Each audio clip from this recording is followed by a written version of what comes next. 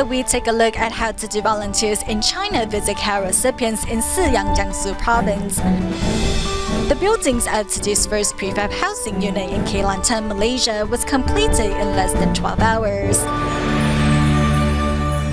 Welcome to DaAi Headlines. I'm Helen Liao. Thank you for joining us. In Malaysia, a fierce fire broke out in Bukit Sina, Malacca on the morning of January 26 that burned 3 houses to the ground. Fortunately, there were no casualties. Tzu Chi volunteers arrived in Bukit Sina on the same day to distribute comforters and consolation cash, providing temporary relief to the fire victims. Meanwhile, in Taiwan, tragedy struck a family in Zhonghe, New Taipei City. On January 28, a fire broke out in an apartment building, which killed a 22-year-old young man. Upon learning of the news, a group of volunteers arrived at the hospitals to offer assistance to the family members. A thick cloud of black smoke can be seen coming out from the building. As the fire spread too quickly, a 22-year-old young man was unable to escape in time and was pronounced dead at the scene. 大概怎么为什么会起火，你知道吗？我不知道，因为我出来吃早餐啊，我回来就发现火灾了。还有我父母亲在，对，他们是在5楼了，那我们是在6楼了。所以父母亲都出来了。对，他们都出来，我们家里现在只有我儿子还没出来。 The 22-year-old was the first to discover the fire at 6:30 in the morning. While evacuating the rest of his family to safety, he himself was trapped in the house and did not make it out in time. His last words to his father on the phone were, "Dad, thank you for everything." Soon after, 30 Tzu Chi volunteers arrived with breakfast for the neighbors and firefighters battling the blaze. Splitting up the work between them, a group of volunteers headed to the fire station to check up on the firefighters who were injured while trying to contain the blaze, while another group headed to the hospital to offer assistance and emotional support for the deceased's family members. After the blaze, Wang Pei-ing's home is no longer livable. A blaze ripped through 3 homes here in Bukit Sina, destroying every bit of memory residents had built here. 很久了，20多年了。是多少啊？也是算不看了，全部家私电器我才买个有些，年货我是买很多放住了。Siti, a foreign worker from Indonesia, also lost everything in the fire. The electrical appliances and jewelry which she had planned to take back home in October have been turned to ash. Volunteers arrived with consolation cash and comforters to help these residents cope with their losses. I am very grateful to your organization. I am Indonesian, yet you are willing to help me. Thank you so much. When we arrived, we visited the fire victims and distributed aid to settle their hearts. We can feel that their hearts are more at ease now. Although these residents lost all of their belongings in the fire, the love of volunteers turned despair into hope and has given these residents the courage to brave the days ahead. Tzu Chi's winter aid distribution in Jiangsu Siyang County this year benefited a total of 9,398 households. However, ahead of the actual distribution, volunteers spent some time getting to know each care recipient. Here's more. A thick layer of dust and clutter blankets care recipient Mo Zhaotian's dilapidated home. Living on his own, the senior is moved to tears upon receiving the volunteers' love and care.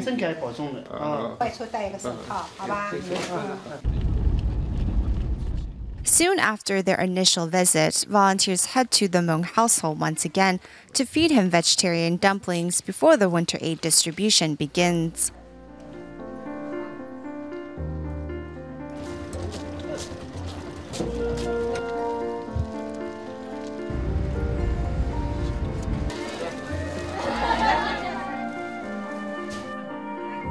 After Mr. Mo receives his aid, volunteers head home with him to help him clean up a bit. Thanks to the volunteers' constant love, Mong has been able to put away his pride and agreed to move into a senior home. Another care recipient who is glad for Tzu Chi's friendship is 36-year-old Gao Hongxia. Gao's husband passed away from a sudden heart attack, leaving her to care for her mother-in-law and daughter alone.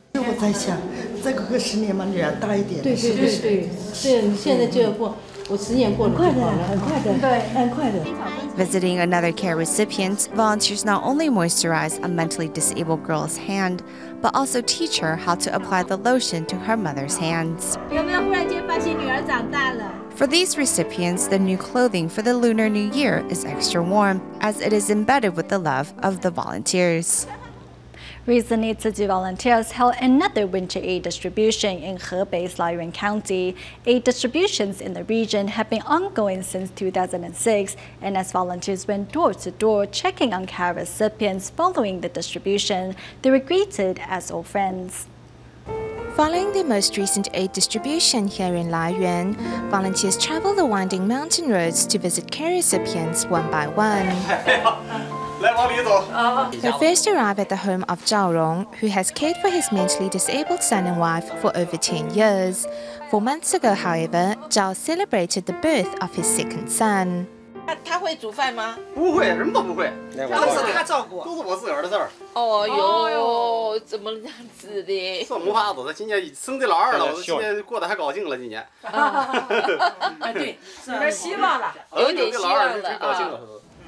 While 33-year-old Peng Yongqing's once happy family has been crushed under the high costs of his dialysis treatment. Ah.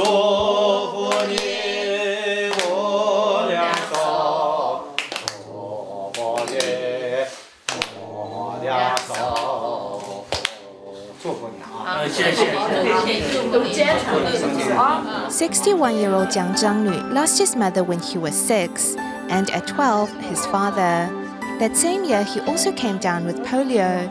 Spending the days alone with his condition is how he has passed the last 49 years. 这上人给你的，这要这可好啊！辛苦了哦，谢谢你。不谢，祈求全天下无灾，天下人人都健康啊。 Half a month ago, Li Yanggui's house burned down, taking all his family's worldly possessions with it. Giving them hope this winter has been Tzu Chi's aid distributions. 所有都烧掉了，把慈济抢救出来，好现象。今天我们来看你，又是飘着瑞雪，好现象。对，瑞雪兆丰年，雪中送炭嘛，这叫。对，雪中送炭，然后一定会更好。好。 Volunteers next offer consolation cash to help the family out.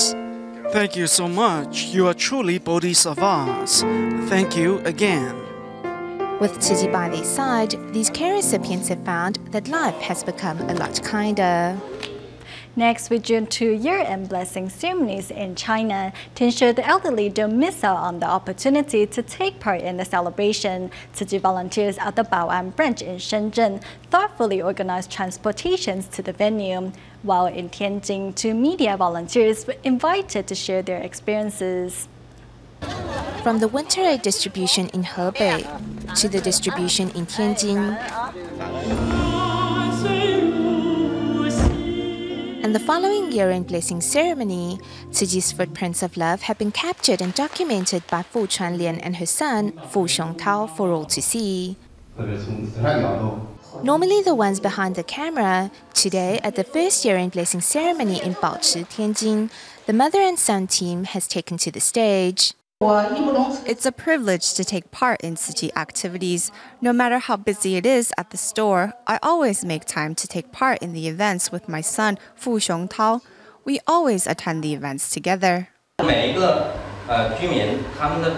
When we come across very moving moments, we capture them with our cameras and document the story with our pens.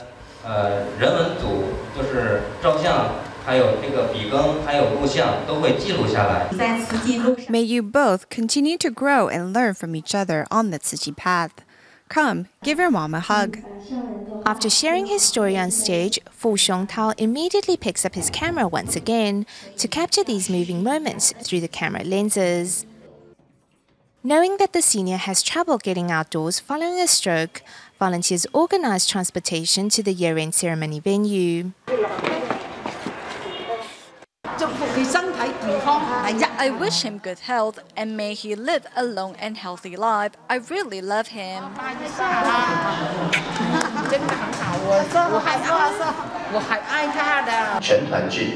At the year-end event, local residents were moved to tears by the many inspiring stories and the selfless work Tzu Chi has done throughout 2014. I've been going to bed past 3 a.m. over the last 3 days. Although it took a lot of effort to put the event together, it's really moving to see how well everything came together in the end. Sometimes when we got stuck, we ended up staying up late. That happened a lot. Regardless, we stood firm in our initial aspiration and carried out each task with a joyous heart. Hearts filled with joy and gratitude, residents and volunteers are ready to embrace the new year with a fresh and clean start.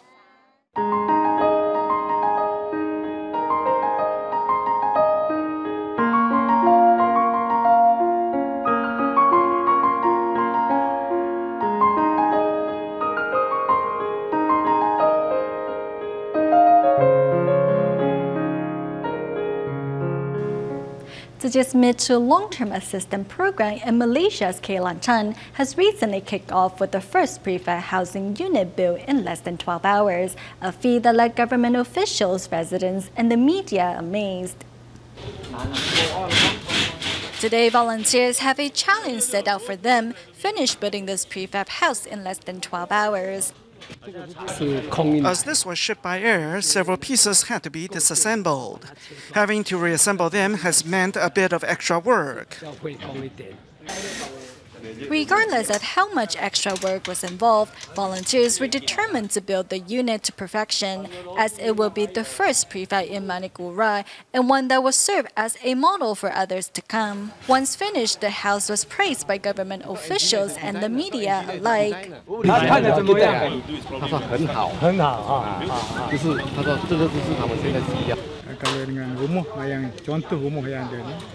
It has 2 rooms, a bathroom, a kitchen. It is really an incredibly comfortable form of temporary housing. The 26 square meters building offers all the comforts of home, and for those currently living in tents, is simply luxurious. Another big hit were the folding beds that come along with the house.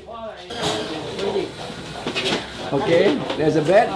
Okay, there's a bed. And then? Chair. The construction of permanent housing will be slow. It will take at the very least 2 to 3 years. So giving the victims temporary housing that they can live in for a year or 2 is very important.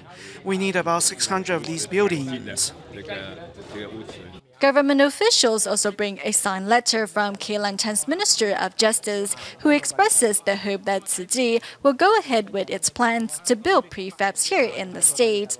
就是要让你上人呐，上人啊，上人，要让你 master 嘛，我嚟感謝伊，吉蘭丹州政府真感謝，感謝伊。With this one house, Tzu Chi has taken the first step to helping flood victims leave the recent tragedy behind them. Recently, the 20th Tzu Chi Collegiate Youth Association seminar was organized at the Jiangsu in Hualien, Taiwan. This time, more than 200 leaders of Tzu Chi clubs across the country returned to their spiritual home to learn from one another. 薪传20，法入心，诚知情谊，入人群。The 20th Tzu Chi Collegiate Youth Association seminar has kicked off at the Jiangsu in Hualien, Taiwan. Over a period of 5 days, more than 200 leaders of the Tzu Chi clubs across the country will absorb Dharma from the 37 practices of the Bodhisattvas. Everyone who is here today, please have a heart that is willing to learn.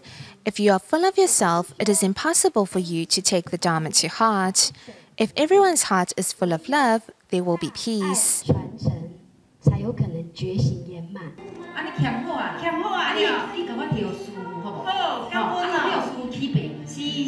The bamboo Bangera not only represents the beginning of the Tzu Chi Foundation, but is a reminder for Tzu Chings to shoulder the NGO's missions.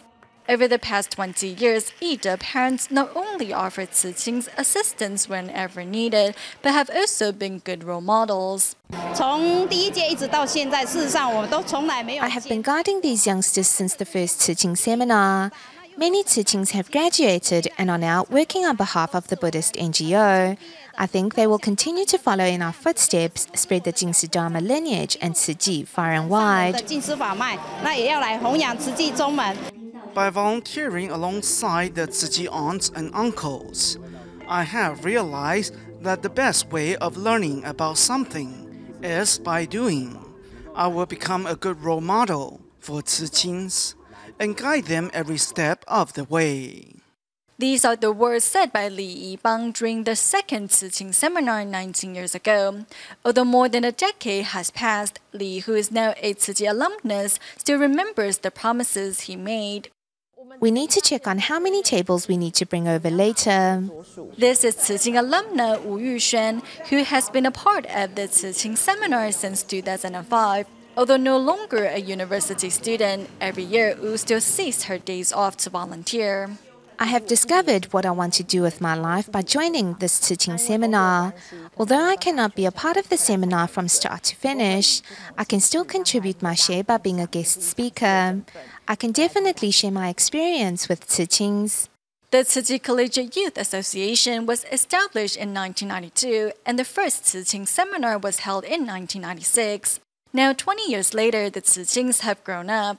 I am extremely happy to see that so many of you have become so grown up. The future of the Tzu Chi Foundation looks bright. I believe that all of you have the courage to shoulder Tzu Chi's missions. Thanks to the seminar, Tzu Chins will all go home full of wisdom and Dharma joy.